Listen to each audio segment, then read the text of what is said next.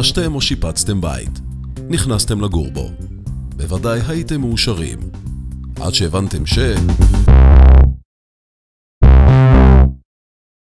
עכשיו רק מתחילות הבעיות. מסתבר שאתם לא היחידים. אלפי אנשים במדינת ישראל נכנסים מדי שנה לביתם מחדש, ולאחר תקופה קצרה מבינים שהרבה ממה שהבטיח להם הקבלן או המשפץ אינו מתיישב כלל עם המציאות. חיפשנו בית באמת הרבה זמן, חרשנו את כל הארץ. בסוף מצאנו בדיוק את מה שרצינו.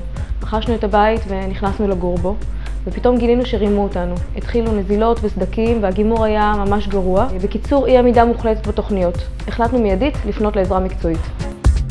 אז מה עושים במקרה שכזה? פונים אלינו, לחברת הדס ביקורת מבנים. מאז 1976 אנו עוסקים בביצוע ביקורות מבנים ואיתור ליקויי בנייה בפרויקטים מגוונים.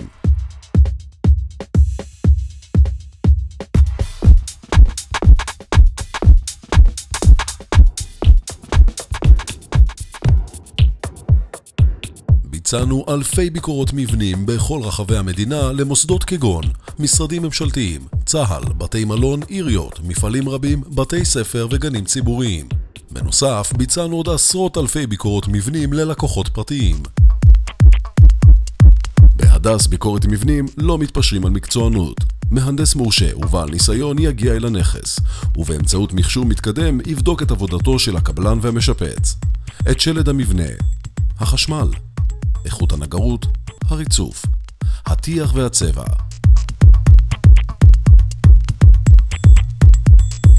ובנוסף, יאמת כי התוכנית המבוצעת מתאימה למפרט המובטח. בתום הבדיקה תקבלו דוח מפורט וחתום על ידינו. אצלנו אין פשרות.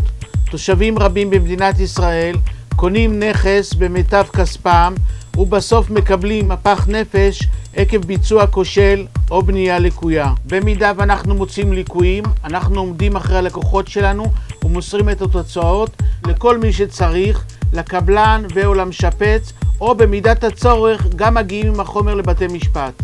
זכרו, הדס ביקורת מבנים. חבל שכספכם היקר יועבד על תיקונים ושיפוצים שכלל לא תכננתם.